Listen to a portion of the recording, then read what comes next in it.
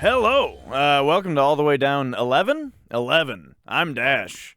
And I'm Knox. Yeah, Knox is here too.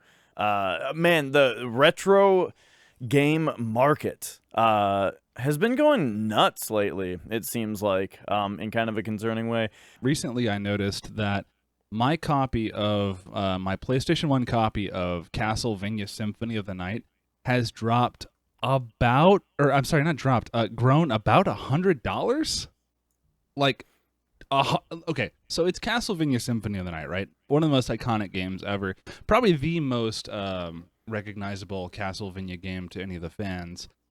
I think I bought my copy for, I'm sorry, it was about $70 I said, or $70 or so. I bought it for the green label copy, and then the shop I bought it from, I went in there like 2 weeks later, and sure enough, they had a black label copy, and I was like, I'm not one of these people, but god damn it, this is making me one of these people, because the green label copies of PS1 games are actually kind of hideous if you're a shelf snob like I am, and I was like, oh, so it stayed there. Black label copy stayed there. I came back the following weekend with my green label copy, traded it in, and I think I added like $20 or $30 to it in the value, and they gave me the black label copy. So I was like, "Fuck yeah!" So, but still, that was like $80, $80, and it's now almost $170 as per Price Charting's complete in box price, which is a volume of one sale per day. So this is happening frequently. This is not like an uncommon sale occurrence. Yeah, so I actually bought my copy of Symphony of the Night. I only got like a month or so ago, and yeah, I think it was about $150 at that point. Holy shit! Maybe it was a little more than a month. I think mine was like last year. It's not long ago. Yeah. PS1 actually kind of seems like the thing that, like, as we speak right now, is going nuts. Really? Like, yeah, like Persona 2, I got well, Persona 2, I got like, I don't know, like 5 years ago, and now it's like, or I got it for $60. Now it's like 500 or something. Oh my god. But I mean that one I got a long time ago though. But like Valkyrie Profile, I bought 2 years ago for $150 or $135, something like that. And that one is also in like the 400 or 500 now. So yeah, I'm looking at Revelations Persona. It's not Persona 2, but this is the one I had my eye on. This is the first Persona game on PS1 by Atlas. In 2020, the price was $202.50 in February. I'm looking at its current price. It is at $423.45. So in 1 year, the price has doubled. Yeah, which is the same that happened to Castlevania. What is going on? So, besides PS1, I've also been noticing this kind of stuff like on GameCube. But yeah, it like with PS1, you really notice it with those games. And when I say those games, you know, like generally RPGs. Like Tales of Destiny is another one that's gone up a ton. The low print weeb shit, essentially. Yeah. But you're right though that like what's going on lately, it really seems like the hugest boom has been in the last 2 years, maybe even just the last 1 year, which kind of lines it up with like pandemic-y kind of stuff, but I don't know if that's the whole story. I feel like maybe that was like a push, right? But I don't. It's kind of hard to speculate on because I don't really know what the recent surge is all about. It's definitely all within 2020's time span. I feel like it's mostly due to people being bored, like kind of the same reason. Look, this is in no way comparable, but like the same reason you see lumber prices going out through the roof. Actually, worse example, the same reason you saw home improvement stores just having generally more activity. Because people were bored at the start of the pandemic, and they're like, "Why? Well, shit, the housing market's kind of going crazy. Why don't I just start fucking planting some shit around here? You know, like why don't I make it look nicer around here and possibly see what kind of price we can get?" So home improve, like the prices of lumber, like that's kind of the meme right now, where the price of lumber is through the roof because people are just trying to sell their houses like crazy. So, but it's like, is that boredom though? Is that boredom? Can it apply to the retro gaming market? Is it, hey, people are bored so they're playing more video games, or is it, hey, people are bored so they're on the internet a lot more and they're learning a lot more about the retro gaming community? Right, and that's kind of what I meant with, like, it being kind of a push, which is that, like, yeah, I do think part of it is that people are home more now, you know, and so they want to play video games, and I think a lot of people are rediscovering old games, but also I think because of a lot of the advancements lately in, like, getting old games to work on modern hardware or that kind of stuff. Yeah, it definitely seems like just more people are interested in retro games now, and it kind of seems like people have more expendable income to put on games because they're not using it elsewhere, you know? They got that sick Dogecoin money. Right, like there's a lot of factors, but it's just been nuts. I mean, I don't have a ton to say about it because I don't know like what the reasons are. But I do. Well, maybe not a ton. Yeah. Sorry, go ahead. It's just super interesting that that like as someone who's been buying like steadily buying retro games for the last several years, suddenly it seems like prices are just out of control, you know? Yeah, I think that's a lot to do with it. It's just the prices are driving the drive for other products. Like I can only imagine EverDrives have gone up a little bit too, both in demand and cost, honestly, because let's be honest, who's going to pay $500 for a game that, in all honesty, might have a little bit of disc rot? You know, Right. Disc-based games don't last forever. Who is going to pay more than PS4 prices for a game that you can emulate for free? And will likely not have wasted money doing so. And I'm not ragging on people who buy physical copies. Obviously, I'm in that same boat, and I imagine a lot of people listening to this podcast are probably in the same boat. My whole thing is I want to buy games that I love. Like when it comes to, okay, I guess I should say the default state I wish it was I explore around, I find a game that catches my fancy, I play it, I bond with it, I love it, I beat it. I go, oh my god, that was a whole emotional experience I'm now connected to. Now, I kind of want to be like, well, this is badass. What do I have to show for it? I want the fucking game. I want to put it on my shelf. I want to go, hey, I beat that. That's beautiful. You should play that. If you want to play it, I can pop it in right now. We can do this. You don't have to go through some complicated website, go to some backwards Russian channels and get a weird emulator to play a game. You can just do it right now because I have it.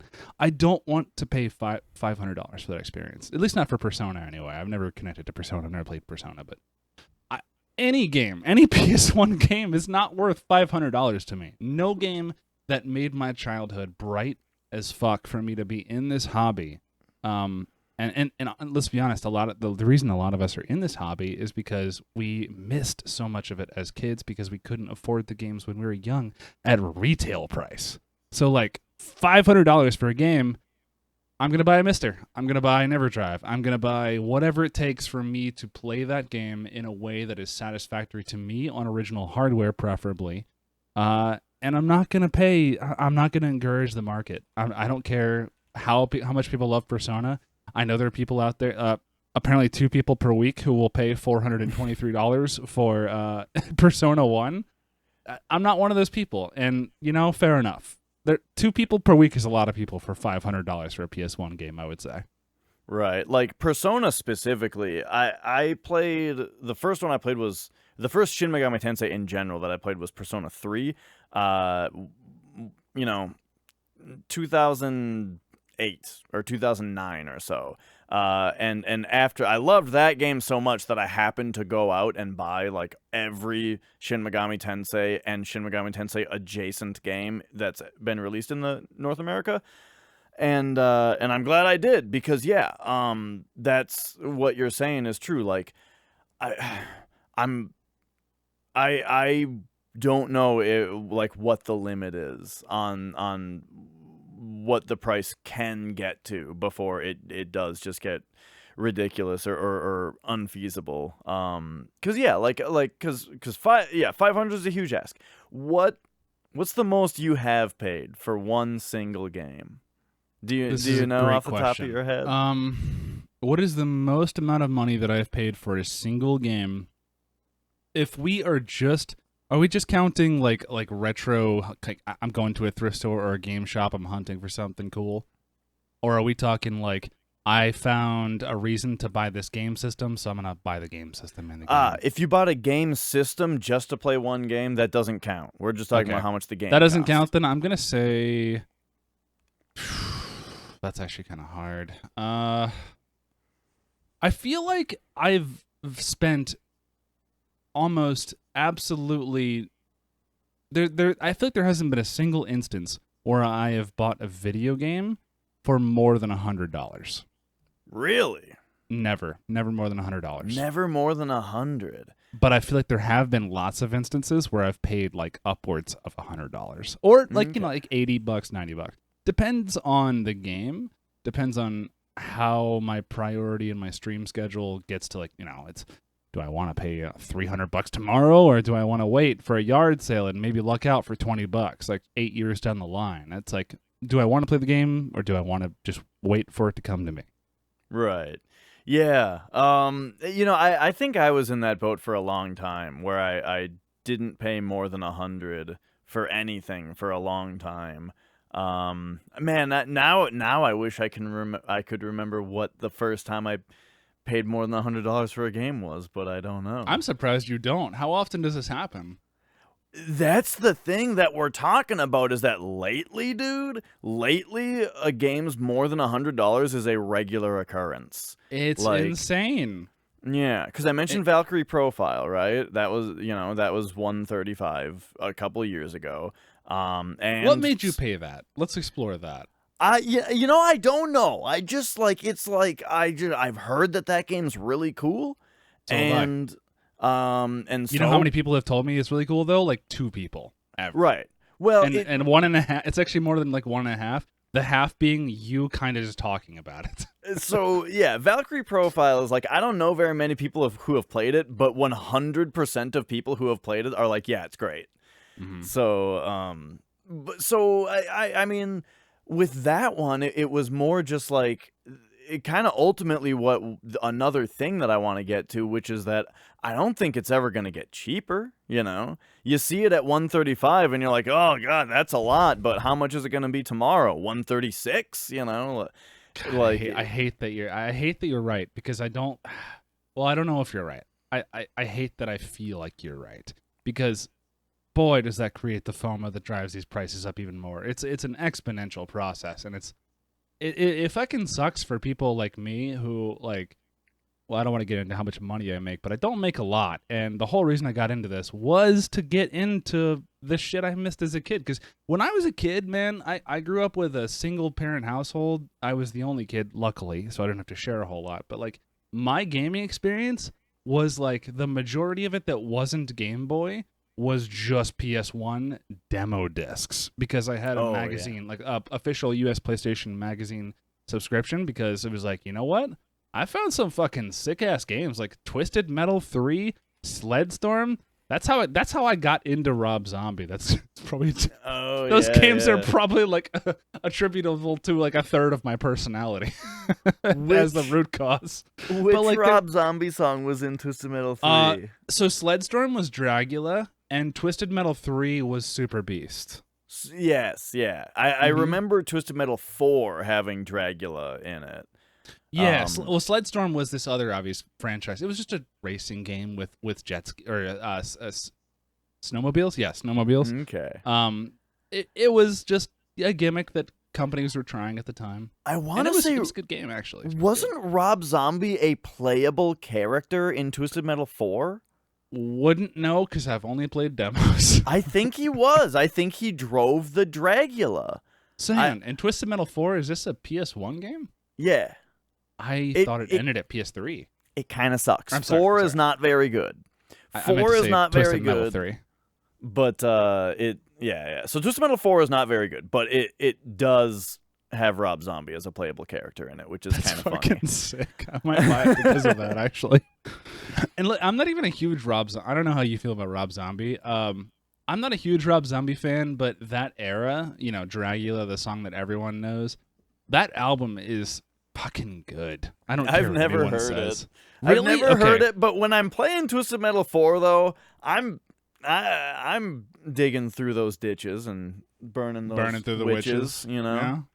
Well, it's fucking good. Like, honestly, like, if you dig the vibe of that song, it's kind of generally the theme of the rest of the album. Maybe a little bit more, like, not melancholic, but it gets a little bit more into the comic book horror aspects of, like, the theme of the music. It's pretty good.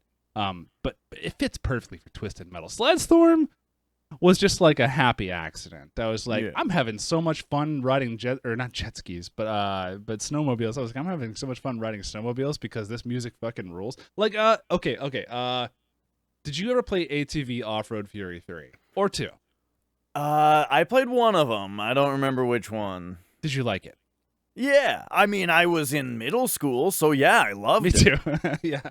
But like that they made that and of course because of the time I don't see it as an accident, but they made that game the ATV version of Tony Hawk's Pro Skate. Almost as comedically done. But like the soundtrack to it was just as good. They had 2 System of a Down tracks on that really good. I feel like video games probably might be responsible for getting me into metal. I might I'd be willing to admit. Okay. Yeah, I do remember, like, before I listened to metal at all, Tony Hawk 2 had some good songs in it that I liked. Like, it had that Power Man 5000 song in it. I never got into then Power Man 5000 or White Zombie, but every time I've heard their stuff, it's never been bad. that Power Man 5000 album, I wait, actually I don't know which album that's on. Anyway, the big thing though then was Tony Hawk 3 had that one CKY song on it. Oh. And then after I heard that, then CKY became like my favorite band for a while when I was younger. I knew a few people who loved CKY specifically because of that too, actually. Tony Hawk. CKY got me out of my Linkin Park phase. When I was like a kid, you know, I really liked Linkin Park. And then CKY was like, oh, this is way better. I was weird. So like it sounds like you went the other route that I did. I came at things loving hip hop over metal because I just loved angry shit because I was a fucking kid. Grr, hate my dad. That was me, you know? So like I was like I loved violent music, and then I heard System of a Down after I was mostly into hip hop, and I was like, "Holy shit!" Because like even today, I still highly respect their sound and all they did for like kind of reviving metal in like the modern sense. Not that that's ever been a huge payoff, but I'm a huge fan of System of a Down. At least got a lot of respect for them. But I never got into like the punk side. I never got into CKY. Never got into Linkin Park. I had a few friends who tried to get me into Linkin Park, and I couldn't do it. But I you know what? I respect those bands a lot because they've accomplished a lot and did a lot. I wouldn't say it's interesting because I wouldn't say CKY is punk at all. Oh, so I'm generalizing. The only people I know who loved CKY were people who were generally into punk. I actually don't even know what they sound like. That's the thing is, so alongside Linkin Park, I was also really into Green Day when I was a kid. So it was like those were my 2 bands were Linkin Park and Green Day, you know? And then CKY was my like bridge sort of into liking heavier stuff, sort of, but I didn't really like harsh vocals when I was younger.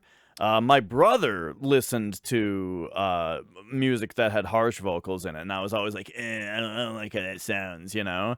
But then I heard he was listening to Sounding the Seventh Trumpet, the first Avenged Sevenfold album. Have you ever heard Avenged Sevenfold's first 2 albums back when they did harsh vocals? I think I've only heard their like middle era stuff. Okay, so their first album is like I forgot what like the word is to describe it, but it's borderline. It's like, oh, it's gonna make it sound real bad, but it's like borderline screamo, I want to say. like A the lot of people listening to this could be into screamo. You never know. it's like very mumbly, very like not enunciated harsh vocals, you know. Yeah, I know. Um, but man, there was this one guitar riff in it that I heard, and I was just like, it just blew my mind. This one like metal guitar riff, and I loved it so much that even though I didn't like the vocals, you know, I started to listen to that song, and then eventually I started listening to remember the Avenged song name? Sevenfold. So, yeah, it's called "Turn the Other Way." Turn the other way. Okay. And it's like the outro guitar riff. And then, but then, so then their second album though, "Waking the Fallen," still has that album is like half and half, a mix between harsh vocals and clean vocals. And oh dude, the vocals are like way better, also the harsh ones. So I got really into that album, and then so there you go. So Avenged Sevenfold's first couple albums, when they were actually a metal band, is like what got me then into actual metal. Do you know you're not doing with Avenged Sevenfold though? What? You're not getting your memories, the nostalgia you have for that song. You're not paying $600 for a vinyl copy. Right, yeah. You know what I mean? That has significance to you. The fact that you can recall that means it's important to you, and it's important to your journey in developing your musical taste. But like, are you paying $600 for it? Right. Yeah.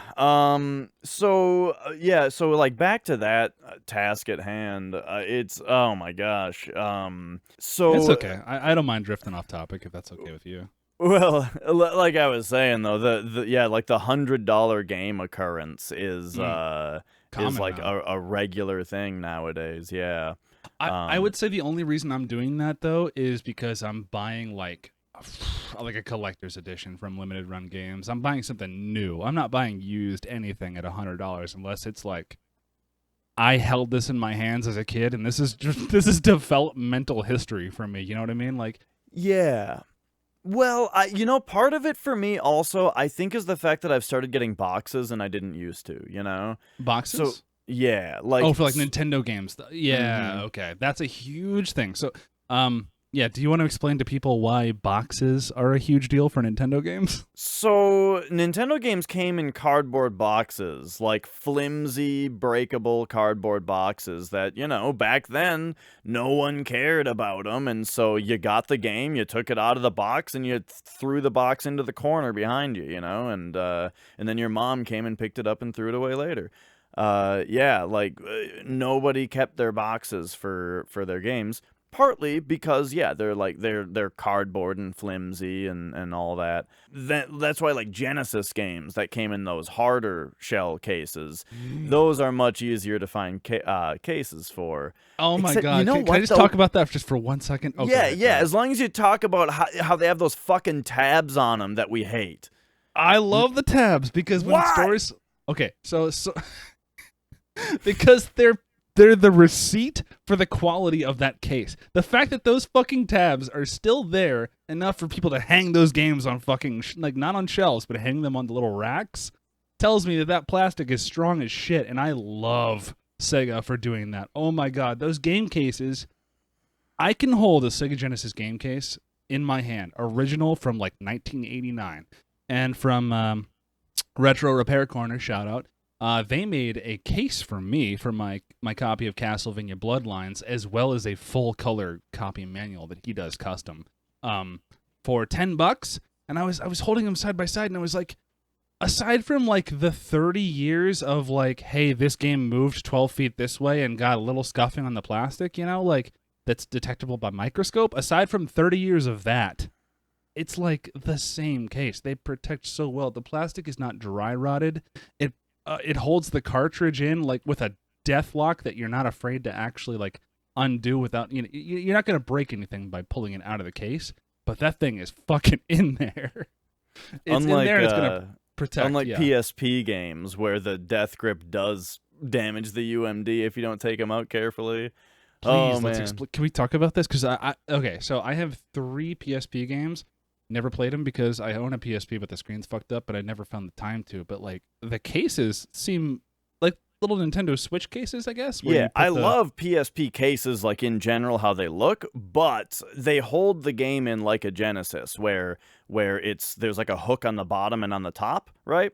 And that's what holds it in. However, UMDs are, the seam is the long way, yeah, and it's not screwed together like a Genesis cartridge Just is. pop So together. so if you don't like carefully like pull the hook away while you take the UMD out, it stresses that Oh. The seam, yeah. every time, and the games will split apart really easily. So like, there's a chance that when I'm pulling my game out, the disc inside the disc cassette could just come flying out. Yeah, like you'll pull it and the front half of it will just come off, Oh, Yeah, gross. yeah. So, right, what I do is like take your fingernail and make sure you shove your fingernail like in between the hook and the UMD, so that when you pull it out, it's not getting grabbed, But anyway, Couldn't just remove the tab, could you? That would just make it fall out, right? yeah, then it would fall out, yeah.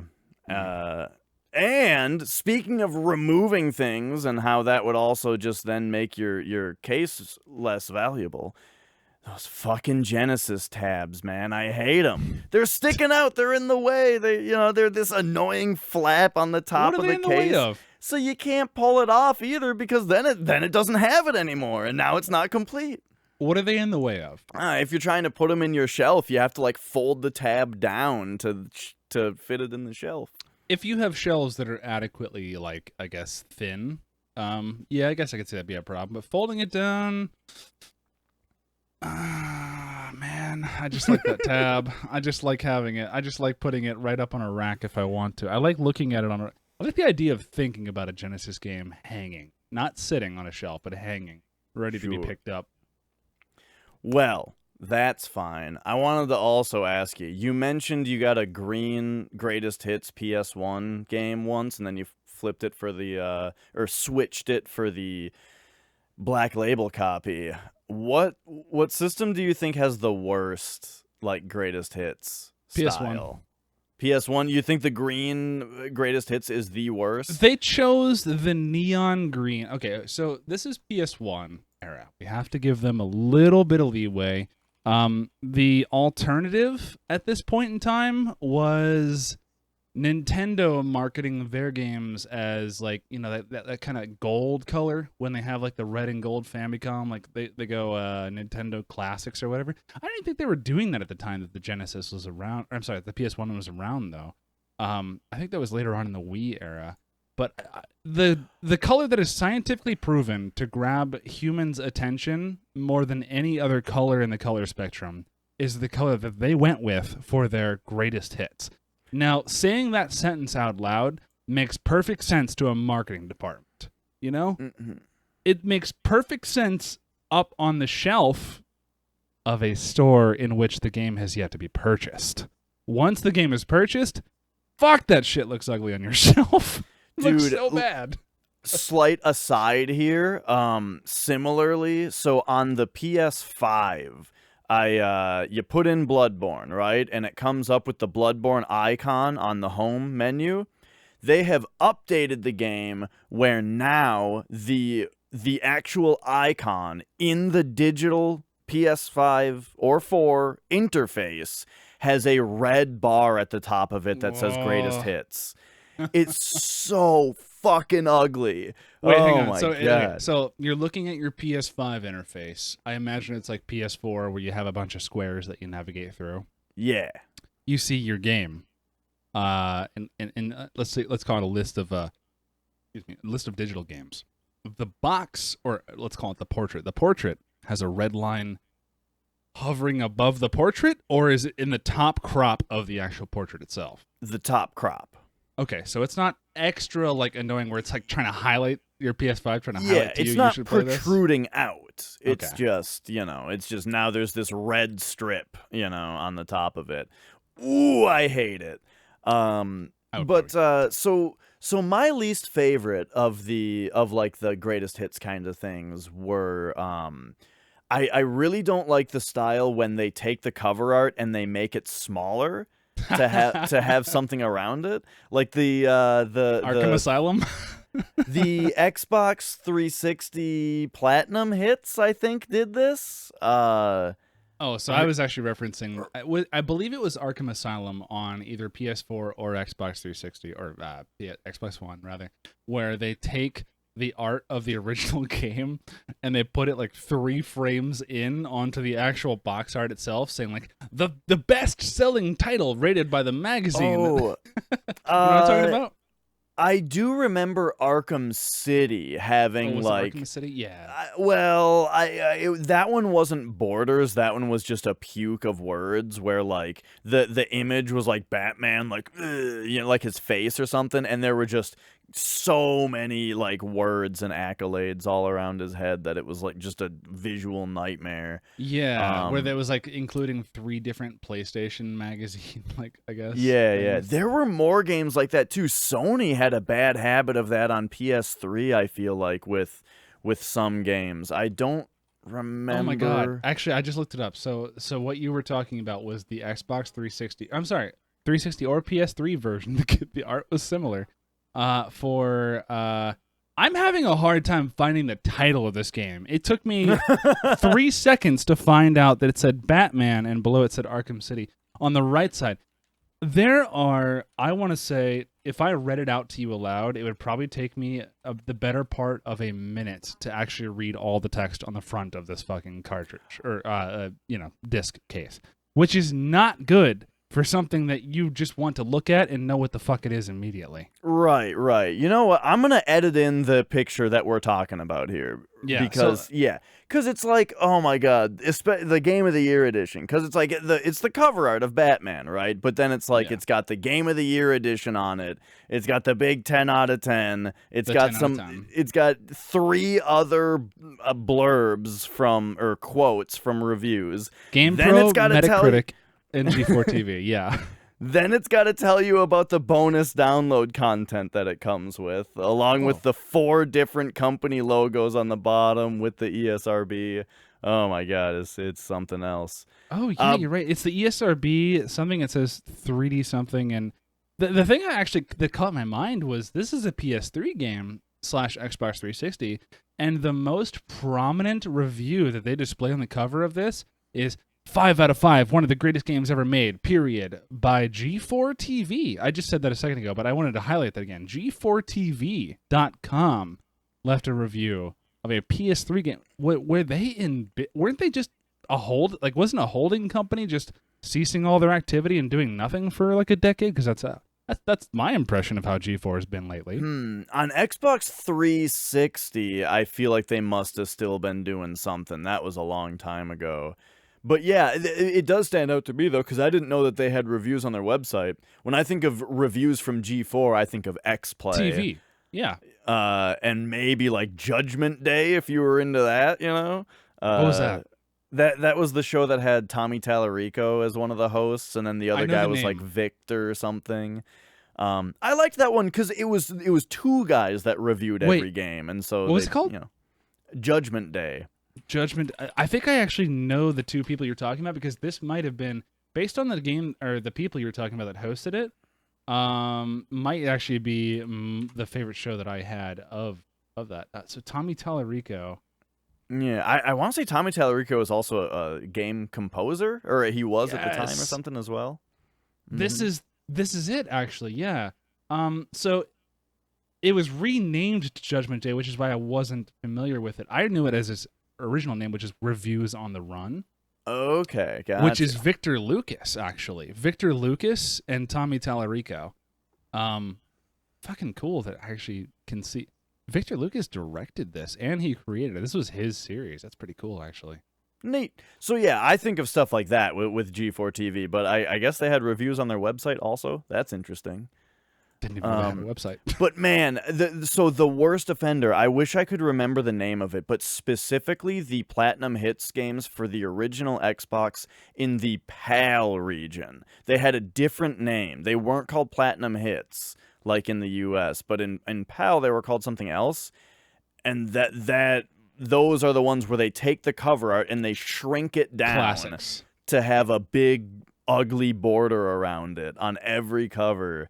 Yes. Ooh, that looks bad. That looks terrible. I'm looking at it right now. Tomb Raider Underworld for Xbox 360 on PAL. It's called Xbox 360 Classics rather than Platinum.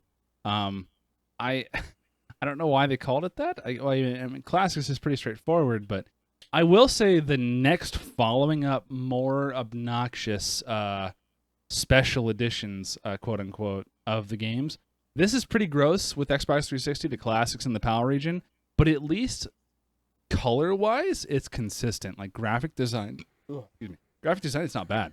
What comes to my mind is, I don't even know what they're fucking, are they called Player's Choice for the GameCube, where they have that yellow border at the top? The yellow on the GameCube is pretty bad too. It's pretty small, but I avoid Player's Choice on GameCube also. But I mean, it is just a little strip up there. Yeah, it's just it's nowhere near as bad as the PS1. It's just, it still stands out almost as bad. And just to confirm it, yeah, it is Player's Choice. So it's that yellow bar at the top, but that red bar at the top isn't so bad, I guess, either on PS5, is it? Yeah. It's still annoying. It's there, I do avoid it, but like when it comes to GameCube games, just to circle back to our little topic here, GameCube games, I think, are the first casualty when it comes to rising prices of that generation. PS2, Xbox, Dreamcast. GameCube's beating Dreamcast right now in terms of prices for their games. Dreamcast games used to be like, well, fuck, that was the console that didn't make it, but it's Sega. Of course we're gonna buy it. Buy it up. Dreamcast and GameCube both have optical drive emulators now. Yet the price of GameCube games still remains like, I feel like the average price of a GameCube game is like $30, whereas the average price of a PS2 game is like $2. Yeah, the GameCube was the first system that I noticed really going up, and I'm kicking myself over it because like I have most of the GameCube games I want, right? But like Thousand Year Door is a game that I bought Paper Mario? Yep, I got the first Paper Mario like 4 years ago or something, right? I got the first Paper Mario, and I thought at the time about getting Thousand Year Door also, but my thinking was, yeah, I'll just get it when I want to play it. I haven't played Paper Mario 1 yet, so I'll just wait until I play Paper Mario 1, and I'll get Thousand Year Door when I want to play that. And now, oh my god, it's like 4 times the price now. Oh. You just made me feel bad about my strategy. Yeah. I was like, fuck it, I'll buy it when I get to it. Oh no, maybe you shouldn't do that. Yeah, that's the thing, is that like that's how I rolled for a long time, and now it feels like there's this pressure of like, you gotta get every game you don't have right now. Is it just FOMO though? Is it just COVID FOMO where once the vaccines are like, totally like abundant and everyone's like, yeah, I got that shit 3 weeks ago, whatever, is the price going to go down? Is the price like, I feel like COVID is such a weird test case when it comes to market prices, because look at the way it's affected the housing market. Let's look at that first, and then assume that every other market is probably also bizarrely affected in some way. So it makes me wonder whether or not this gold rush to the retro gaming market has been like, if it's going to start waning. Like, I'm looking at the price of the Thousand Year Door right now for Paper Mario. Paper Mario, the first game on N64, is a great game. I think, oh, Jesus. Okay, never mind. Sorry. I was looking at Complete in Box. The price of Paper Mario on N64 right now is $78. I think that's a bit much. I think I paid $50 or so for it. Happily, though, because it's a great game. Worth it. Thousand Year Door, Complete in Box, is $116 right now. That's actually less than I was thinking it was.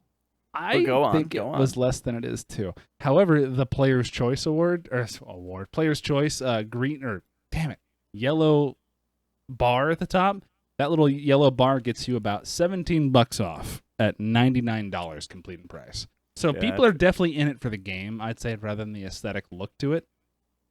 But I bet that's more true with PS1 than it is with GameCube. I bet people are the fact that we say green label and black label and people kind of know what we mean kind of tells you. yeah. Graphic design is my passion, says Sony in 1995. Yeah, I mean, you're right. The PS1 greatest hits is probably the worst looking of all of those greatest hits. I'm sorry, I don't mean to harp on that again. It just No, keeps coming to my you're mind. you're right. I mean, I asked the question, we talked about a few, but yeah, and I think you're right that that's the worst. So the retro gaming market just being out of control. We don't know whether or not it's going to be whether or not at least the temporary boom in prices is a COVID phenomenon, or if it's just kind of like, hey, time's passing. These games are only going to get older. These experiences are only going to get harder to cling on to. Yeah. Maybe the price just goes up from here. Who knows? I hope it doesn't. I really hope it doesn't, because listen, I'm kind of the person right now who's like, I juggle back and forth between I haven't contributed to my retirement in over a year, but I have been buying games, and I'm starting to wonder if like video games that I've been buying will serve as an adequate investment into the future. And I actually really fucking hate thinking that way, because I would like these discs, like, that I stated before, are going to start seeing more and more disc rot and corrosion. And also consoles just won't be able to read them. Laser assemblies wear out all the time, especially now on PS1s.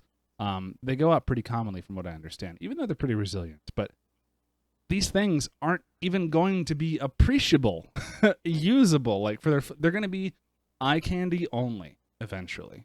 And I don't want it to be priced like they're diamonds. I want it to be accessible to the people who want to play them. Yeah. And I don't want people who want to play them to have to resort to EverDrives and, well, not to put on EverDrives. They're a fantastic solution, but there are problems with EverDrives. Like I know some people have stated that they get a noise issue when they play games on an EverDrive, that isn't present when they use the actual physical medium. That's not a huge deal for a lot of people, and I'm happy it's not, because more people can play these games. But $600 for a game, man, not doing it. Yeah. Right. I mean, I can only hope that that once once the people who are like, maybe if it is true that there are people who are just temporarily into it right now, that if they start selling all this all the stuff that they've bought that's been driving up the market, then hopefully it'll go back down. But I don't know. I have strong reservations about the idea of prices ever going down. Once it's been established that people will pay this much for a game, then it's just a matter of it takes a little bit longer to sell instead of you actually selling it for less. Maybe. I don't know. Maybe the whole retro gaming market is saved by eBay's auto price reduction function when an item doesn't sell in the time span that it's allowed to sell. Is that a thing? Because I was just offered a 3% discount on something I was watching today. You think that was automated? No, I'm referring to the fact that when you sell an item on eBay, you can select an item called, I think it's like adaptive or smart pricing or something, where if it doesn't sell for the price that you want, it will automatically lower it by a pre-specified percentage, and just like keep doing that if the item doesn't sell until it gets to a price where someone will buy it. Okay, interesting. It's like reverse bidding. Kind of, except, people will more likely buy it than just not bidding against something. Mm-hmm. Because the price reduction in general leads to a bunch of FOMO, and because no one's bidding on it, and rather than buying on it, they can't have any way of telling, well, shit, maybe someone might buy it for $500. Maybe I should wait until $480, and then, who knows? Right. Maybe I can afford it then. Yeah. I hear you. Yeah, I didn't know that was a thing. But, yeah, so we'll see what goes on there. And that's what's been happening in the retro game collecting. It's been nuts. It's like your options are 50-50. Optical drive emulator with an SD card or hard drive, or be rich. Mm-hmm. And it's right. And so like for someone like me, it's been really weird having the double-sided the double-edged sword or whatever of like, wow, it's really cool that some of these games that I bought 5 years ago are worth 10 times the price now. That's awesome. Oh, but then there's way more games that I don't have that are 10 times the price now. So, you know. Yeah, there's that as well. But it's just like, think about, and I know you agree with this at the core heart. I just want to verbalize it. But say you just go, okay, well, why am I getting into these? Because I loved these games as a kid. Who's gonna highlight these now? Who's gonna say, hey, these experiences are worth experiencing even 30 years after the fact that the technology was made vastly inferior? It doesn't matter. They're still worth having. But how do you convince someone to say, how do I play it accurately if this game, say, isn't a game that Sony let me pay $60 for to have a digital copy on PS5 or PS8? Who knows? You can't just be like, well, you can pay $300 this way, or you can take this console here. All right, this is a Craigslist listing, right? It's fine.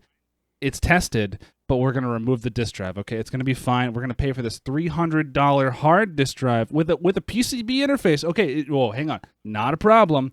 You just drop it in, you plug this in and this in, and it's fine. It works. You'll play what you want to play. Okay, but you still paid $300, you know?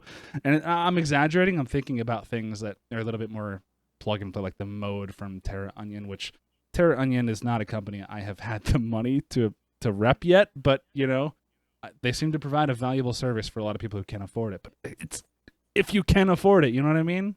Yeah. That's the crux of it. And I don't think it should be that way. And emulation's not a problem.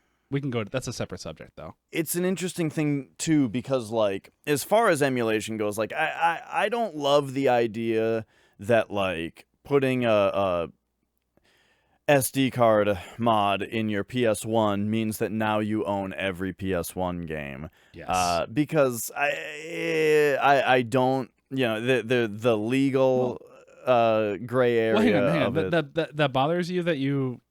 Okay, so if someone says I own every PS1 game, but they just have an ODE, for the uninitiated listening, that means optical drive emulator, which essentially means an SD card plugged into your PS1 that has all the games on it, and hey, you're playing on the original PS1, but it's all these games that you got for free. So that bothers you? I'm not just gonna say yeah, because it's not like it's not a huge deal.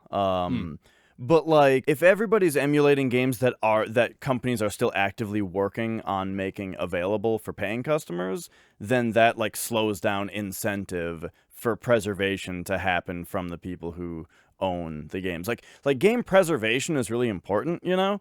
And maybe it's tough to say. Like I'm not. Could you repeat that sentence that you just said? So game preservation is really important. Yeah, but right before that, what did you say right before that? You said it makes it harder for game preservation. From the people who own the IPs. When people who, like, you're saying when people who emulate things that are actively being resold by, like, people who port them to newer consoles, is what you're saying? I worry that if everybody emulates and no one questions it, then there's no incentive for there to be like official preservation stuff. Do you think that's possible though? Do you think it's possible that if everyone emulated, say, Spyro or something? I guess if everybody emulated the game, then it's preserved. So what do I care? No. I hang on. So I'm going against that completely here. So if you emulate Spyro on PS5, and let's just like for the sake of argument, let's just say that the game ran at 60 frames a second, but on PS5 for some reason it ran at like, I don't know, 48 frames a second. And like Spyro, the whole game is actually redone, you know? Let's not get into that. That's a separate point. Wait, are we talking about remakes or emulation? No. Sorry, separate point. Separate point. I'm just thinking Spyro because it got a remake. But say we ported Spyro, PS1 Spyro got ported to PS5. Didn't run exactly how it should. It's just, 48 frames a second versus 60. Let's just say that's the difference. And that's a glaringly obvious difference for the sake of example, but do you think it's possible that no one would question that? They go, yeah, this looks a lot like what I remember when I was a kid, so this is fine. Do you think 100% of people would be that way? Or do you think a lot of people would be like, hang on, Tons of people would notice. Tons of people would be mad about it. And you know what, though? You know what a lot of people would also do? And this isn't really an answer to your question. It's just a funny thing. A lot of people would just be like, wow, this sucks. Yeah, games used to suck, huh? And then that's all they would think of it. They wouldn't really consider that it's the port's fault. I think that's... I was making a joke by going... by saying something else, but I think you just hit on something actually much stronger, which is actually most people have the idea that a PS5 is inherently and objectively better in every way than PS1. Specifically because they don't give it a lot of thought and they think 5 bigger than 1, 5 just came out, duh, obviously better. So yeah, what incentive is there for them to hold on to their older stuff to play things accurately, or rather to buy old games and see shitty emulation or shitty not very well represented versions of the original experience? They see that and they go, yeah, video games just used to suck, the shit just used to look awful, That's you expect it. There was even like a thing with was it I really hope it was him, because I'm gonna say his name, Jim Ryan from PlayStation. I think there was something with him once where it was around the discussion of backward compatibility on PS4 or 5 or something, where he said like, oh, I was at some kind of thing where they had these old games. Oh man, who wants to play those PS1 games anymore or something? Like, this guy who like owns the brand or is a huge part of it was just throwing PS1 under the bus. I don't know if that was... who the hell? That shit sucks. I don't know if it was Jim Ryan, because I don't see any Google searches on that, but I have heard recently that that a bigwig at Sony in the PlayStation department was like, why would anyone want to play old games or something to that effect? And yeah, it's like, man, are you just like... How do you say something like that? Like, how do you say... Don't watch Titanic. It sucked. It was made in like the early 90s, Don't watch this fucking like... I'm not a huge Titanic fanboy or anything. It's just the first thing that came up to my mind because it was known as like the best-selling movie of all time for a long time. It's just like, how do you say that as a CEO of a company of products that your company helped produce? Like, yeah, that's how what makes it funny. Yeah, come on, buddy. Like, people love this shit. Like, how are you just gonna shit on the thing that gives people hope to buy your consoles? Yeah, and I really right. It's funny to try to get into the salesman head of like, maybe he thought that it would sound like they advanced a lot. Listen to how much we advance. You got to get our new thing that's so much more advanced. It's so advanced it makes the old thing look like shit. That is a really great point. Actually, that very well could have been marketing motivated.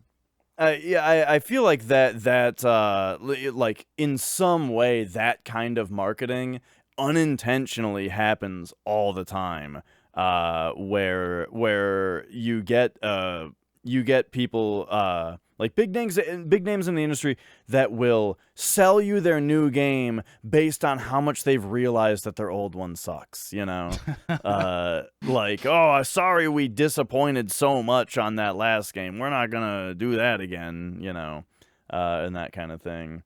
Like Peter Molyneux comes to mind. I feel like every time Peter Molyneux had a new game coming out, it would be like predicated on how much he thought his last game sucked. Peter Molyneux, is that Ubisoft? He was the Lionhead guy with like Lionhead. Fable and yeah.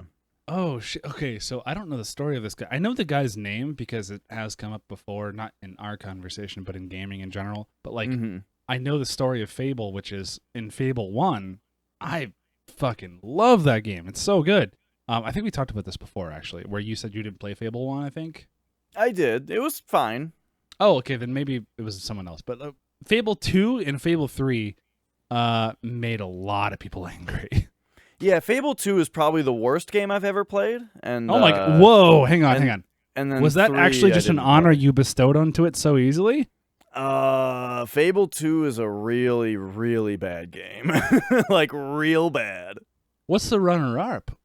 Runner-up. Wow. Oh, I don't know. It's because, well, here's the thing: it's hard to really say what's the worst game you've ever played, because you generally quit playing a game when you hate it so much that it's in competition for that. You Unless just you're turn a it off, streamer. right? But yeah, Fable 2, I gave I really gave it a chance, and it was ooh. So I haven't played Fable 2, but like as someone who beat Fable 1 and loved replaying Fable 1 as the Lost Chapters when they released the DLC on the Xbox, how bad is Fable 2? So here's my issue with it. All right.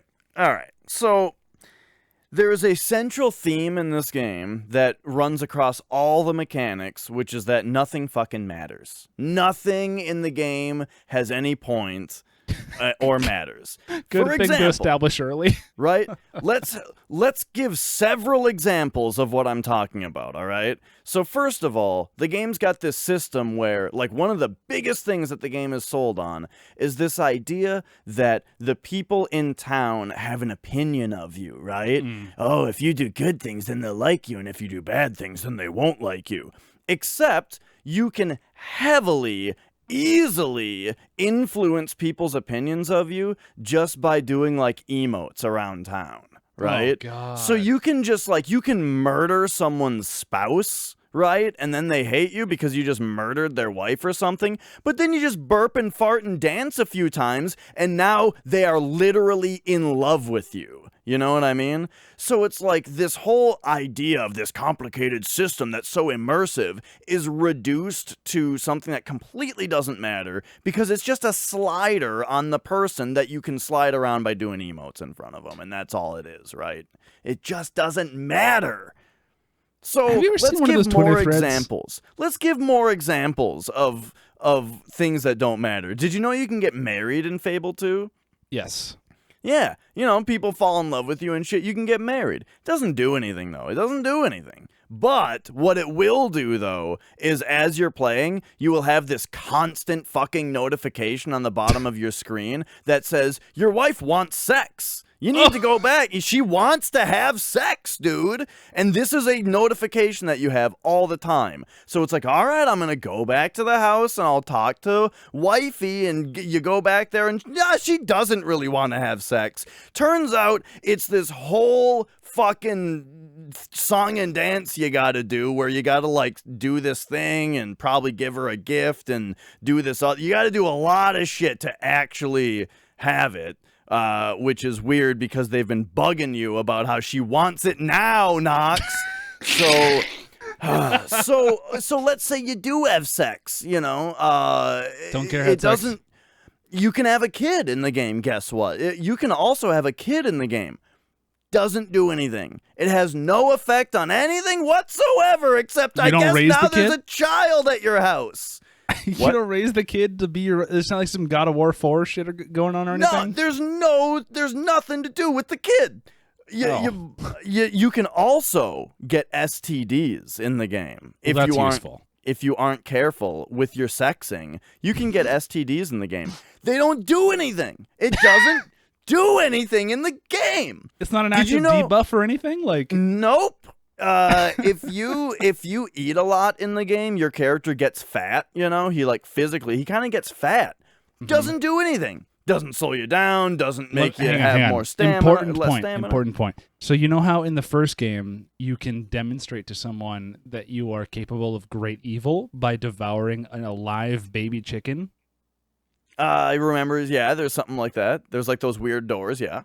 Can you get fat by just eating a whole bunch of live baby chickens at once? I don't know if it's live chickens or anything like that, but yes, you can get fat by eating a lot. There is one way in the game to reduce your weight, It's not exercising. It's not even not eating. Nothing. Because that's how you do it. there is one food item in the game that is celery, and if you eat celery, that reduces your weight. But like only one vendor sells celery, and there's like no other way to get it. But he only sells a little bit at a time, so you have to so you have to not eat anything, and you gotta wait for this one vendor to get his celery back every once in a while, so you can get your weight down. But it doesn't even matter because it doesn't do anything. Being fat doesn't do anything. Being fat doesn't suck in Fable 2. And so it's just this fucking game that has all these mechanics in it that don't matter at all. So you're reduced to just the gameplay, I guess. So now we get to the gameplay, right? Remember in Fable 1 how like when you used strength or magic or skill, you got experience points for those things. But then when the monster died, it released green orbs, which you then sucked in to get general experience, right? That's how Fable 1 worked. I thought green was health and gold was generally. Doesn't matter. Pretty sure they were green orbs that gave you experience. And so in Fable 2, now it's all orbs. When you hit dudes with a melee weapon, red orbs come out of them that will give you strength experience. Blue orbs come out of them for magic. Yellow they're orbs still come out of alive? them. Yes. So the place is just getting littered around with orbs while you're fighting. I'm glad you asked that because that's very important. That orbs are spawning in the middle of the fight as you're fighting, right? Then you finish a fight, right? You killed all the enemies. Good job.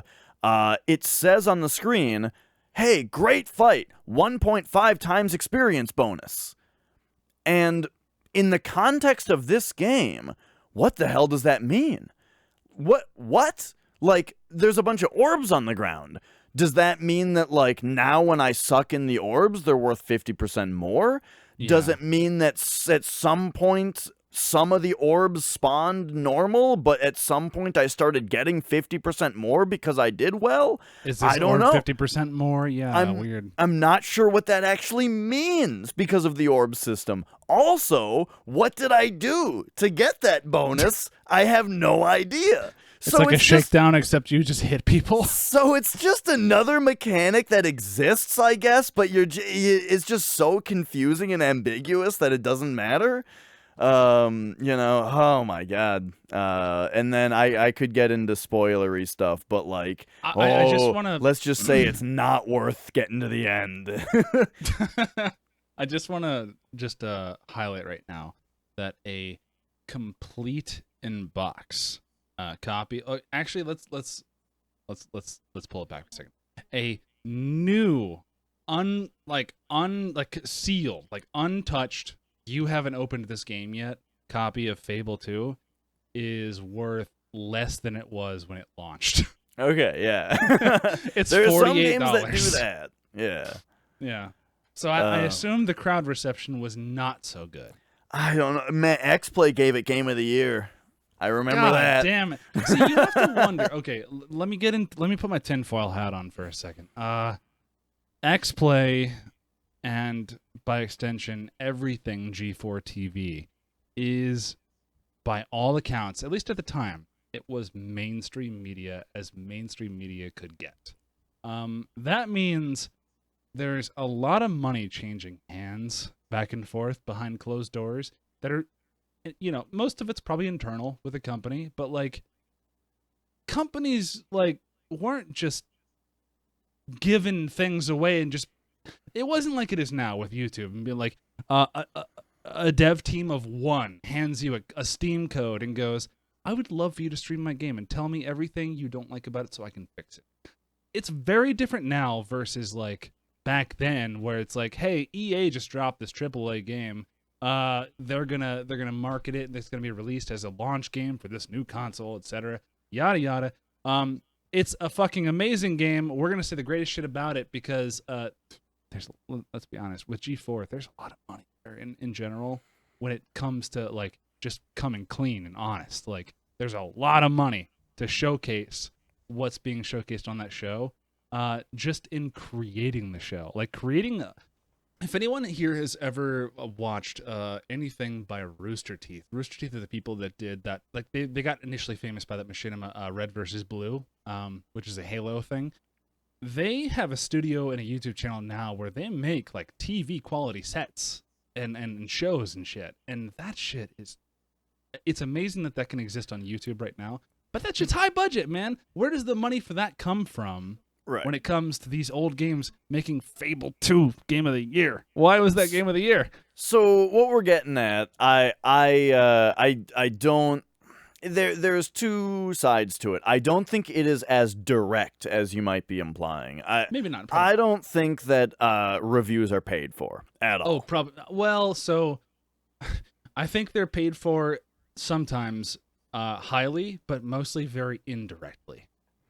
Indirectly, as in there. So yeah. So I just don't see someone who does game journalism and writes game reviews as a living not wanting to be honest and not wanting to be like, I'm the honest one and I run the honest site. You know, that's no one's evil by choice. That's what everyone wants to do, right?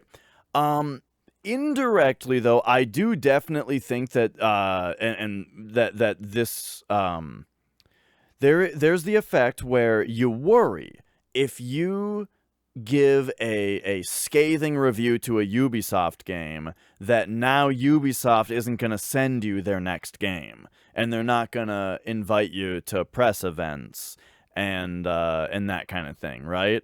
So for that reason, it might be it's just bad for your business maybe to get on the bad side of a publisher, you know?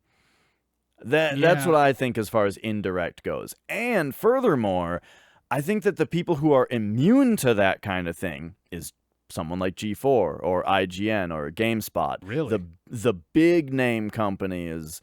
I think that they can kind of do whatever they want because they're the sites that generate a lot of traffic. But when you get down to like that middle tier where you're not a YouTuber on the bottom with 1,000 subscribers and you're not a giant company, right? You're in the middle. You've got your 200,000 subs on YouTube. I feel like those are the people that are most susceptible to the idea that like they're just getting into maybe getting some favors from publishers, you know, sending them review copies or that kind of thing, and they don't want to lose that by, you know, giving a bad review or whatever. Not that they're relevant, but a couple things. I think it starts way sooner than that for YouTubers because I've actually been a party to it. I've been sent things to review as a YouTuber with like only 4,000 subscribers. It's mostly just, not to get into the subject, but it's mostly about like small people can have way more influence than people think they can, especially on a place like YouTube where videos get seen millions of times for very low effort actually. But yeah, I think you're right though. I think a lot of it when it comes to the game industry is very indirect. I say this like I'm some kind of like industry titan who's had so much experience in it. No, I'm a dickhead with a camera. I feel like at a certain point, the influence most likely comes with people who feel like they have not feel like, but probably have a lot to lose. Like G4 was a huge organization. That was like Fuse. Like in a Fuse, MTV was bigger than both of them, but like it was a TV channel. For someone like me growing up with TV, with cable is like 100 channels. If you were one of those 100 channels, you were fucking huge. And you know, at that time, by all rights, you were, because the internet has made things so much bigger than they are now, or than they were. But like, I feel like G4 would have a lot more to lose if they. I feel, maybe not Ubisoft was the right example because like press events, that's the big thing for them, is being able to cover press events and getting things a little bit earlier than the rest of the journalists is probably a big favor too. But you know, largely, I feel like there's probably a little bit more incentive for bigger companies to play nice when it comes to reviews. Some dickhead with a camera can be as mean as he wants, and if a company wants to go, hey, I like this guy's opinions, this guy gets in front of a lot of eyeballs, I'm gonna send my game to him. I'll expect what I get from these videos, you know. I think that's kind of where like the real power is coming in marketing right now, is just how the small influencers can be have an immense effect on the actual industry for at least for that even a certain Yeah. genre of game, you know? I wonder how some of that stuff is going though. Like I've heard Jeff Gersman talk a good amount about like about how like different people in the industry like him, the producers or the publishers of games, they've got their PR person, right, who's at the press conferences and stuff. And they've got like rap sheets on people that they're going to interview and stuff, you know, of like, watch out for this guy or this thing with this person and that kind of They thing. have Like, that, yes. they're on that shit. And so, yeah, I think that I definitely think that's what people get worried about, is not getting on to those bad sides and getting unfavorable. There was one other thing too. I worry about that, if you don't mind me exploring that, actually. So Mhm. I'm a YouTuber. I'm by no means big. Like I said, I got 4,000 subscribers for a subject that doesn't even relate to what we're talking about right now. I would love for a company to reach out to me and be like, here's our thing, tear into it. Because like I feel like that's the way that companies are actually seeing success, is they're getting real word of mouth by going, hey, we're not going to pay you for any special treatment. We just want to know your honest opinion. And if you fucking hate it, well then not only is that not going to actually help the brand coming to you fix their problems, it's also going to make it so that they don't have to deal with those problems way later on down the line when way too many fucking people have them and they can't deal with them. You know what I mean? There's incentive for honesty.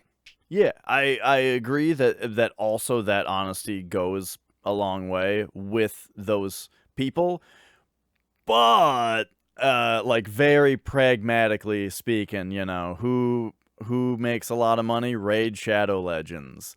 And oh boy, do they have like a script for people to follow as far as the sponsorships go and that kind of thing, you know. Have you been approached? Not personally, but I've looked into like what exactly their pitch is, you know, and they've got it locked down where it's like you need to say specific phrases and make up personal anecdotes about it and really? yeah, You have to all like that kind of stuff. Oh hang yeah. on, do they force you to make up something, or do they ask you to say a certain thing? So they want it to be they want it to be like personalized in those areas of like like it's both is what I'm saying. Like Yeah. there's definitely parts where if you've heard people give the Shadow Legends pitch, you'll hear the same exact wording in some spots. It's the Yeah. most ambitious whatever console-like experience on your Yes. phone. You know, those kinds of things are the word for word things. And then the Do you think that's the personal norm? stuff is, I I think it's the norm with the things that do really well, financially, you know, because So another people, one you I ask remember is most people and they can't stand Raid Shadow Legends because they're sick of hearing about it, right? But that doesn't mean it's not yes. making a lot of money. So that's okay. Have you looked into how much? Okay, well I guess I won't interrogate you on it, but like I don't know. I'm one of those people. I don't fucking know anything about Raid Shadow Legends because I'm so sick of hearing about it. How much money is it truly making, and where is the money coming from? Maybe they're just keeping up their appearances really well, and they've got me fooled, and they're actually not doing so well. Maybe. I mean, it could be one of those companies that's just like a front for something, and they just have infinite cash to throw at a budget. Like maybe, hey, let's organize this let's advertise this shitty mobile game so that we can, sell 80 kilos of cocaine a day in Cuba. Who knows? Yeah. I wanted to get back to something else you said though. You were talking about like companies reaching out to influencers, you know. Do you remember that E3 where they had a bunch of influencers doing their like promos and stuff? No. Ooh, it was bad. Sounds it bad. was yeah, it was just a lot of like, here EA is what EA Was was it? at they were still here, right? Yeah. EA, they have their whole thing that they do at E3, right? And they would have a segment of just like, here's their segment about the new this game, whatever it is. I don't know.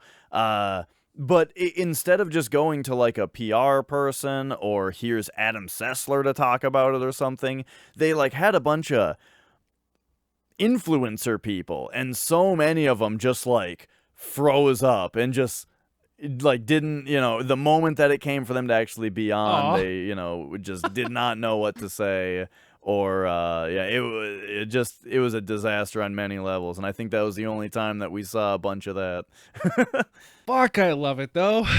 Look, unpopular opinion. I love E3 so much. Okay, well that's not unpopular. I love E3 in the way that it gets cringy is what I love about E3. Because Yeah. you can look up like videos of past E3s and just go, "Oh, why?" Yeah. But like it's all hype to get you to buy the things that of course we did buy as kids because we were fucking kids and shit was hilarious and well, like just games were, you were excited about the games that they were showing. So it was a big media event like it's always been. And it's good to see them experiment with influencers, quote unquote. That kind of hurt to say a little bit, but I hate the term influencers. Oh man, I do too. But really on the subject of E3 though, yeah, like I might come off like a cynical prick all the time. You should fucking see me when E3 is on. Oh, it's Christmas. dialed up. It's dialed up to 11, dude. Yes, this is like a 7-year-old at Christmas. Nintendo 64. Like this is us. We're like fucking. It's not even to get a reaction from like. We could just be not live. We could just be not making videos or any content about E3 to just fucking watching it and just be fucking hype like everybody else is. It's all like. I'm saying the opposite. I sit back and I'm just like, look at these fucking douchebags, man. Oh, you're saying you're way more cynical at E3. Look, yeah. See, I'm not. I love E3 because I know it's so imperfect. I know there's so many promises that they're writing. Like there's so many checks that they're writing that their asses can't cash. It's just there's so much that I'm like, there's so much hope and everyone's happy and everyone's just. I'm just in the moment. No, I do like vibing. that though. Yeah. It's a very E3 is a weird thing for me because I'm like super cynical about what I'm seeing and how like fake most of these game trailers are and all that kind of stuff. Like I'm sitting there doing that, but at the same time, I'm loving the fact that there is this big event and that everyone's here to show their new stuff and there's lots of media personalities being excited. I do love that environment. It's just and I think it does suffer probably in real life. It's probably nowhere near as cool as it is on the internet or TV. But I feel like there's probably a point where it's kind of like when you go to I went to Maryland Death Fest. All right, so this is a it's not a convention, but you could probably be fooled into thinking that if you have a really loose definition of the word convention. But it's like it's a 3-stage event, meaning there are 3 stages, and there are 3 bands playing at all times. And if you don't know Maryland Death Fest, if you're into death metal, imagine 3 of your favorite bands playing at the same time all day, and you have to choose which one you want to see because that's the moment that you get to see it in. I feel like that's probably the same with E3, where there's just so much exciting shit going on. And you don't know what booth you want to be at. You don't know what demo you want to try. These games are trying to sell super well. Like people are trying to sell launch games. Like we're gonna sell a console with this game. It's like okay, oh yeah, motherfucker, you're using like 2% of the power of this console because you don't know what you can do. Are you sure this game's gonna be a blockbuster? I don't know, but I'm here to see it. I'm here at fucking E3. It's an exciting time. It's like I want to be there to experience everything that I'm missing out on when I just look at it online and I'm just sitting at my home like some other dickhead on his couch. Yeah, for sure. It's an exciting time. I've always wanted to see it. Yeah, I always like following E3. For some reason more so than the others. I don't know why. E3 is just the big one, because there's Tokyo Game Show and Consumer Electronics Show and all that. But CES for some is reason, huge, yeah. E3 is the one though that like I'll actually be watching live stuff of. TGS and PAX and all that, they have their announcements that I'll see the next day or whatever, but E3 I'm usually watching live coverage of. Yeah, the thing about I think about CES and shows like that are more geared towards technical, advancements rather than just video games it attracts a lot of nerds, but like the action of the pacing of the event can be boring frequently between event to event, and also CES is just so huge that you might not even be seeing the full scope of it. So yeah, there's that. Well, we probably have we've got a little bit of time to chat about what we've been playing, which is good that we don't have it's a good week to not have too much time because, boy, I've just played another week of Return. I've only played Returnal this week. I played a game over the weekend that I appreciate a lot more than I thought I was going to, but I'll let you talk about Returnal first if you want. Sure. So yeah, I just played it for another week, and last week I was saying like, gosh, there's a lot of stuff I really like about this game. Pretty much nothing I don't like about it, but I was worried about like its longevity as a roguelike, or like how random is it really, and that kind of thing. And how much more am I gonna play it? I am fully on board now. Returnal is a fantastic game. It is like an absolute recommendation from me. How far did you get into it though? Because you said before great. it was kind of basic. So, yeah. So the thing is, it turns out that it like a good roguelike, honestly, that wants to kind of ease you into the mechanics. It turns out that there's a lot more to be seen sort of as you get into it. As you get into it, more it starts to feel more random. And here's why. So it's got two different cycles, basically, as in like it's got three areas. It's a 3-area run, right? And once again, real quick, this is a sci-fi third-person shooter that's kind of horror-ish. It looks, world map wise, as you're running around, it looks like Metroid Prime, where you're on an alien planet and it's got separate rooms with combat in them, and there's doors. But it's a roguelike where it's like, okay, here's the main path, there's a couple side paths, and then there's a boss at the end, and then you're to the next area. Yeah? And it's a third-person shooter. So there's 3 areas, and then you beat it, right? But then you wake up in like a different area 1, and you can play through the game again, and there's another 3 areas. Except it kind of starts where the last one left in a certain way. It's kind of hard to explain a little bit. But basically it's definitely like an Act 1 and then an Act 2, except they are 2 different runs, you know what I mean?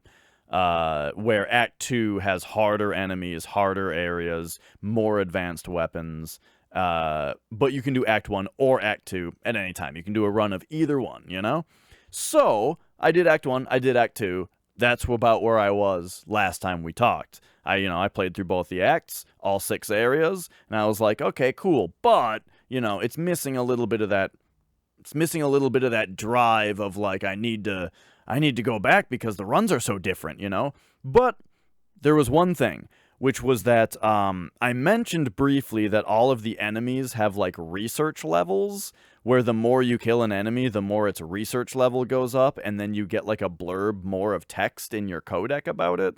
And I was like, okay, you know what, I'm going to fill out a few more of those. Also, there's some collectibles, right? There's all these scout logs that are like audio logs that kind of give a little bit more story. And there's like these glyphs that you have to find, right? There's some collectibles, and I'm like, I'm going to find more collectibles. So, here's the deal. I did a few more runs just to kind of get more collectibles. And as I've been doing that, more stuff's been opening up.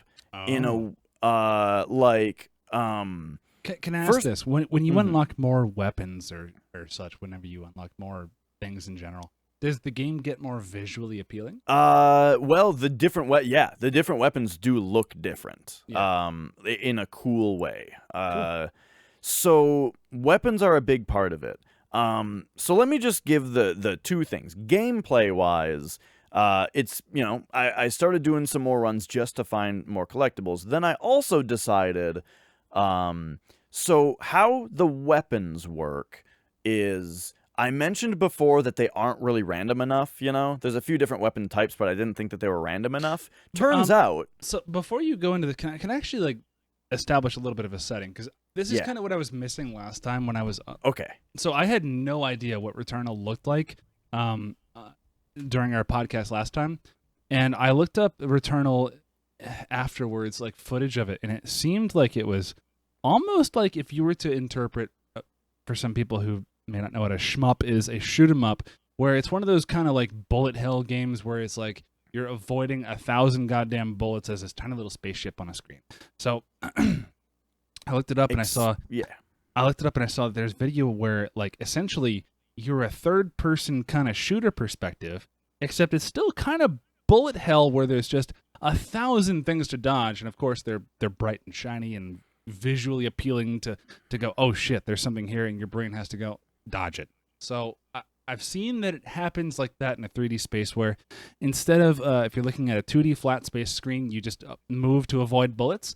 This is like a 3D space where you're fighting the X and Y axis. You're going X, Y, Z and going fuck, get out of this way, get out of this way, get out of this way. And it sounds the same on paper, but in a 3D space, it's very different. So like it has to be visually pretty fucking cool looking in a 3D environment.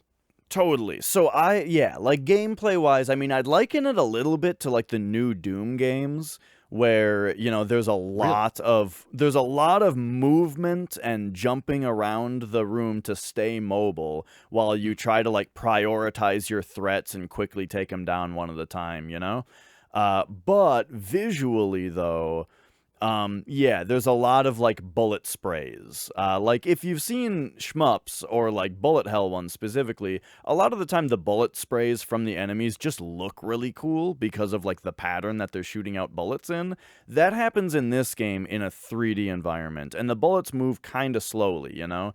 So most of the enemies that shoot projectiles, they're like a big orb that moves pretty slowly, and they'll shoot them out in like a pattern that you're like, whoa, first of all, it looks cool, and then also, I get it, you know? Oh, this guy shoots out a ring all around him, but the ring is like angled so that if I don't move, it'll hit me. But it's just a matter of jumping over the ring, you know? So it's almost like a shockwave, except it's a ring of bullets, and it looks cool, right? Or like some guys shoot directly at you. And then there's some other things too. Some guys don't shoot like a big orb, but rather there's these little like glowy bits that move a lot faster and arc and stuff. So those ones, there's this really weird effect where you see this whole thing of like just little glowy bits just kind of flying at you. And they're moving pretty quick, and it's kind of hard to tell where exactly they are. But the bloom effect of the game almost kind of what's the word? The bloom effect like tells you sort of like when you need to dodge, because you can see when they're close to you because they're starting to brighten up more, and you're like, oh god, okay, they're starting to get bright. Now I need to dodge, you know. It's a clever use of technology, actually. Yeah, it looks really great. And so yeah, that's kind of, so, you know, you're jumping around, you're using your dodge a lot, you're shooting dudes, but you also have a melee if guys get close to you, and all that kind of stuff. And there's just lots of particle effects. I've heard someone describe the game as particle porn, and, you know, yeah, there's a lot of particle effects. Something else I didn't mention last time, this is made by the company that made Resogun. Yeah, which was I actually meant to bring this up. So Resogun, I wanted to bring this up because it was the only game that this developer made that I recognized, which is, it's a PS1, or I'm sorry, PS4, PlayStation Network, a game that like it was free for like a month early on into the PS4 lifespan. Yeah, I might even say it was the first free PS Plus game. Could have been. I think it was. Yeah, there's a good chance. I played it at my friend's house when he had a PS4 new. And we played it. Okay, so imagine a shmup game, except it's on a level that is infinite. So instead of you going from left to the right side of a screen, you are going from, you know, left to right or right to left in a cylinder. Like you're kind of like a projector screen. But like there's a game called Hello Kitty Milk. No, it's not Hello Kitty. Let me stop you for a second. Sorry, go ahead. Have you guys played fucking Defender? It's like Defender. Oh my god. Okay, so Resogun is exactly like Defender, except, you know, it's visually portrayed as a cylinder. But yeah. So there you go. there's a game called Aqua Kitty Milk Mine Defender. which is a game where you essentially are a kitty in a little submarine, and your point is to go around shooting threats to other kitties that are in little deep sea diver suits that are mining milk at the bottom of the ocean. It's the same exact game as that. You prevent kitties from getting abducted and going to the sky and getting into the surface of water and going off, and then you also, shoot enemies. It's a shooter game. It's just in an infinite fashion on like a cylinder playing field, like a cylindrical. Imagine you were playing a game that was being sent through a projector rather than a monitor. It's being projected onto a cylinder, except you can go all the way around the cylinder if you want, and there's different information on different parts of the cylinder. You know what I mean? So it's pretty cool. Like Resogun made it so it was like this weird virtual shmup, because it didn't have the typical look to a shmup. It was like it had like a voxel look to it. If you turned Tron into a shmup, I would say that's what Resogun looked like. And that game was so good. So Resogun being the example, or like the shining example, versus this game. Yeah, so Resogun was like the PS4 particle porn. Like, hey, look what we can do with all these particles, and Returnal is kind of like they're doing it again, But yeah, so that's what drove me early on was I'm going to get these collectibles. And when I was doing a few more runs to get the collectibles, also, by the way, I should say first and foremost what drove me to play more was the fact that it's fucking fun. Like, the combat is really fun. So at the time that I had only beaten Act 1 and then beat Act 2, I wasn't done with it yet just because it was fun. I was only worried about how much it was going to last, So, started playing it a bit more. Really liked getting the collectibles. Then the weapons, I think, are gameplay-wise what really started to shine and what is continuing to shine as I play it all week. Because I mentioned before that, like,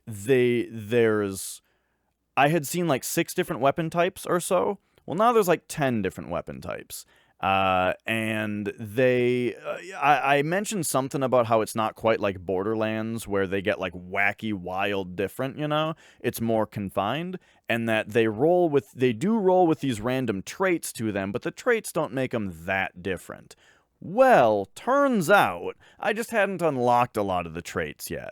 And you have to use so what happens in the game is, let's say, so there's a trait for the machine gun, or like the rifle, that makes it shoot slower but more powerful, right? Let's say you find one and it rolled with that trait. The thing is, you see it and the trait is locked, and you have to actually use the weapon and get a certain number of kills with it to unlock that trait. Now it's permanently unlocked, and every time that you find one of these guns that's rolled that trait, it has it, and you don't have to unlock it again. But what is extra about it is that a gun will only roll with one unlearned trait at a time, meaning if it's your first time seeing a gun, it doesn't have any traits, It's just the basic bitch version of that gun, and you have to unlock your first trait with it. You unlock it, and you're like, okay, yeah, now the clip's a little bit bigger, I guess. Still feels mostly the same, and that's kind of where I was at before. But then it's like, okay, next time you find one, hey, it's got that extended clip that you already unlocked, but now it's opened up room to roll another not unlocked trait. And so the guns can get like 4 traits on them, out of a pool of 10 maybe, right? And that's per weapon type. So I started playing in a way where I'm always using the guns where I haven't unlocked the traits with yet, If I'm using a gun where I've unlocked where like it's not actively researching a trait, and I find another one that has one that I haven't unlocked yet, it's an automatic swap, even if I don't like it as much. Yeah. And I've been playing that way now, and I'm unlocking all these traits, and it's making the weapons feel way different from each other, So let me ask this. So you, at the very onset, were not a fan of the way that, like, I guess you were kind of, your criticism being that it's like, okay, what else is your kind of general idea in the very beginning? How well does the game, on a scale of 1 to 10, how well does the game carry you from, okay, I guess these are the core mechanics, to here's where we're really having fun? I feel like it did it super, super well because, like I said, I played through the Act 1 and Act 2 for story reasons, right? Of course, you're going to play it until you roll the credits, right? And then I was like, well, I'm still having fun, so I'm going to do another run. And, like, right away, it was like, okay, now shit's unlocking, and, like, it's getting crazier, The guns are getting... even two guns of the same type now are starting to feel quite a bit different, and all of the weapons in general are starting to feel better. This is where I feel like it's super important that we specify that this is a roguelike game, which is meant to be played over and over. Yeah, totally. Not something like you beat and go, I'm done, and then, I guess I'll play again for it to get fun. It's like one of those games. Right. Yeah, it's a game where, like, when you say you beat it once, that's going to take, I think it was like 15 hours is what my playtime was, the first, like, when the credits rolled, meaning, bad. like, the run itself to beat it took, like, Act 1 took, like, 4 hours, and Act 2 took, like, 4 hours again, and then there was another 8 hours of dying in there, Now I've gotten a lot faster at it. I've gotten a lot better. Runs are getting down to like between 2 and 3 hours now to get through one. Nice. And but dude, like the weapons just feel so fun to use now. With these traits to unlock, like gameplay wise, it's getting so good as far as that goes. There's a couple weapon types where I got the first one where it didn't have anything unlocked, and I'm like, this weapon's trash, I can't stand this thing, but I like forced myself to use it a little bit so I could unlock a couple traits for it. And now, like, one of them in particular, the Hollow Seeker, I thought that weapon was trash at first. Now it's like borderline overpowered. What's like a Hollow Seeker? They might need to nerf that thing. It's like a minigun, kinda. It's like the machine gun where it shoots lots of projectiles very fast, And I don't know why, but go ahead.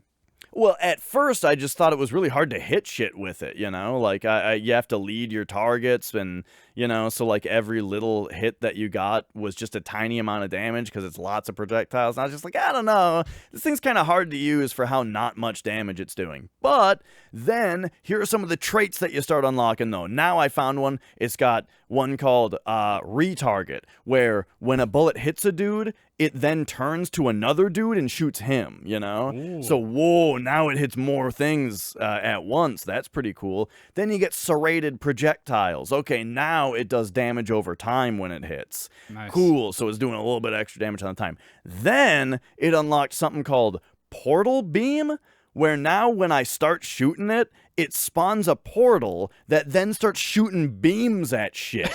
And it's awesome, And now there's like 7 more traits that are like things like this, and when the gun rolls 4 of these at a time, it feels way different than the last one that you had. And again, now multiply this for every weapon type, and suddenly 10 different weapons is a lot. Would you say that the weapon choices available, or at least the combination use of thereof, are at least pretty creative? What? So I'm asking if the weapons you think are like actually fun because they're effects, or because they're fun because the idea of what they do. Are they actually creative weapons, or is it like, okay, well, this is a minigun, yeah. Here's an assault rifle, here's a chain gun, So totally both, because like at first, there's one gun that's like the mine thrower from Resident Evil 4, where it's like it shoots a dart into a dude and then the dart explodes like a second later, right? And at first I was like, cool, I really like the idea of this gun. It seems fun to use, but I didn't have anything unlocked for it, so I was kind of disappointed at how bad it was, But that was because that was kind of before I realized how the game works and how you need to unlock all these traits. So at first it was like, oh, this thing is cool because of how it works. Then you start to unlock some traits. Now it's really cool because of how cool the traits are, like there's one that makes it explode twice instead of exploding once. Yeah. And that kind of thing. And the fact that you can have up to 4 is pretty cool. Yeah, so yeah, gameplay wise, I'm loving it. I want to talk about the other aspect of the game that really opened up as well, though. And that is that I didn't have much to say about the story before. Now I do. Ooh, So because that's what interested me the most. yeah, so I'm not going to get spoilery. I'm just going to say that this is a game where if you are all about gameplay, it's got all about gameplay, and not much story is going to get in your way of the gameplay because you can just play the game if you want, right? This is one of those games where if you want story and you start really paying attention, everything is connected in like symbolically and really cryptically and like allegorically. Everything makes this weird kind of sense where I really want to give examples, but it's really tough without talking about things that are too much. I assume this is one of those games where you get the initial cutscenes, you get the all initial story, and then the things that happen alongside. There's not really much that you can really tell without developing the plot. Yeah, so it's one of those games where the first time you see the ending, you're like, "What the fuck?" You know, what is this art house bullshit? You know, but then like the more if you go back into your logs, those audio logs that you were getting before that were all just a bunch of nonsense, you know, and you start rereading them, you're like, "Oh, hang on, this connects to this and that connects to that." But it's all very cryptic, but the nice thing about cryptic stuff is, like, it's got to be done right, you know? And this is one of those games, it reminds me a lot of one of my all-time favorite games, Killer 7, which is a game where the first time you play through it, nothing anybody says makes any sense, the cutscenes are a bunch of bullshit, and you just have no idea what happened, you know? But then the ending happens, and you're like, oh my god, holy shit. And then, like, you replay the game and you start to pay attention to the fact that, like, every single line of dialogue was written very specifically and means something specific, you know? Now, Returnal doesn't, at least for me, it didn't have as big of a light bulb by the ending, but it does have that, like, the more you reread things, the more you realize every word was carefully chosen, you know? And, like, then you start to look at the design of the enemies and stuff, and you're like, oh, like, this guy looks this way because, like, it's a reference to this thing. And yeah, like, there's a lot to unpack if you're into that kind of storytelling, you know? Which I totally am, actually. I would love to find out the origin. The way that they frame the story itself is just fascinating to me, in that it's someone who's encountered their own dead body in space, which, how do you get more interesting than that? That's my question.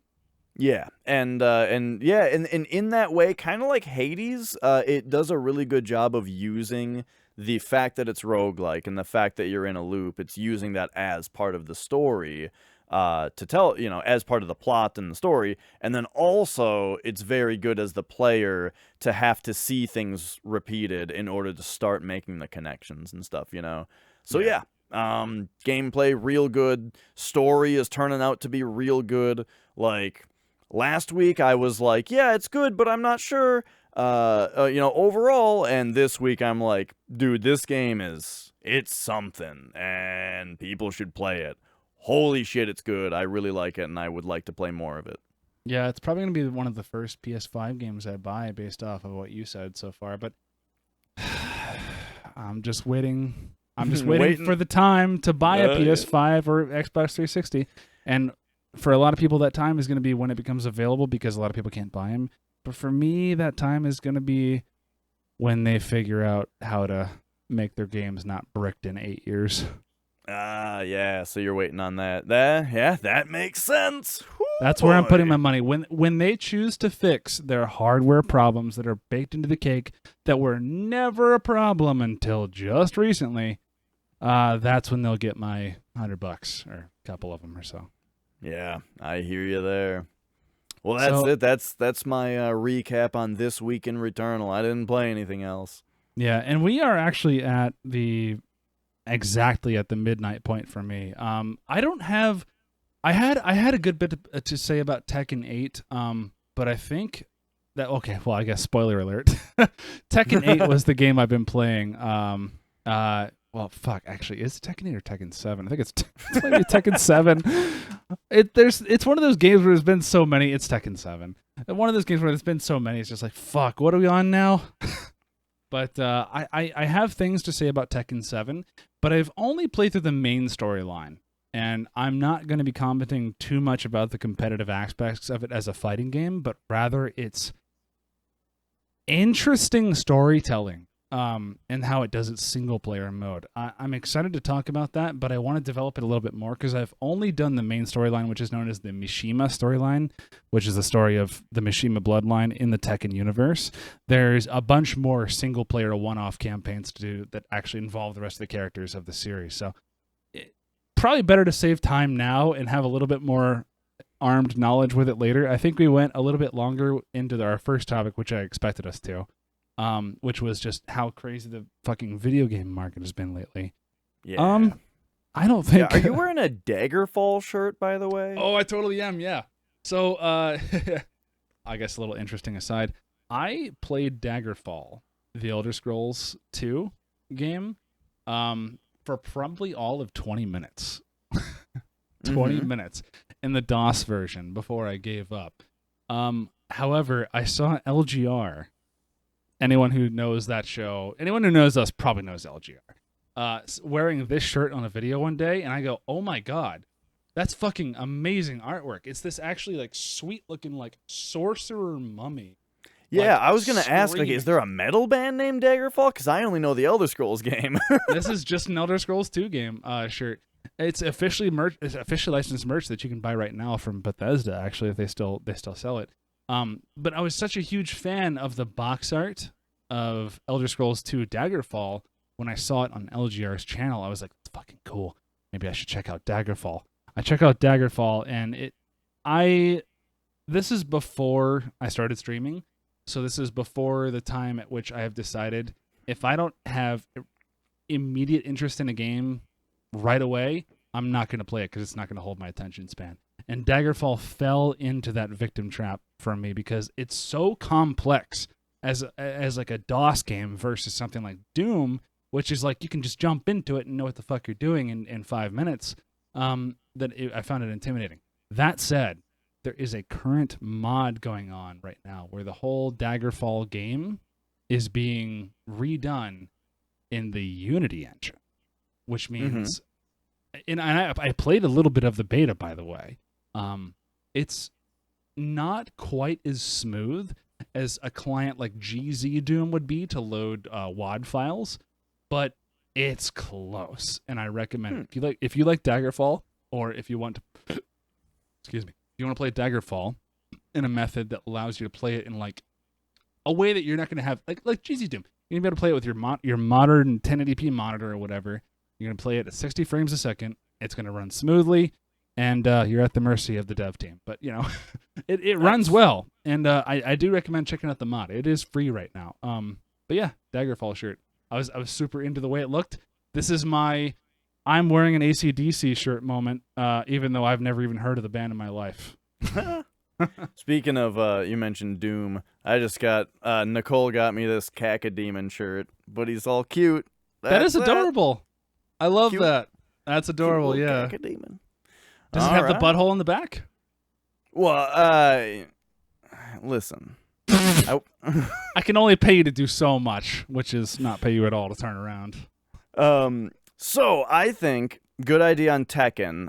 In fact, if you're saying that the story is told in an interesting way, then maybe next week we could just talk about how stories are told in different fighting games, perhaps. You know, just talk about that in general. I could talk about that. Yeah, I'd be interested. All right. Well, I think that's going to wrap it up then. Well, thanks very much for listening. I had a good discussion. Hopefully you enjoyed and all that good stuff. Hope to see you again. I had a great time. See you, buddy. I hope I see y'all next Tuesday. See you later. Bye, guys.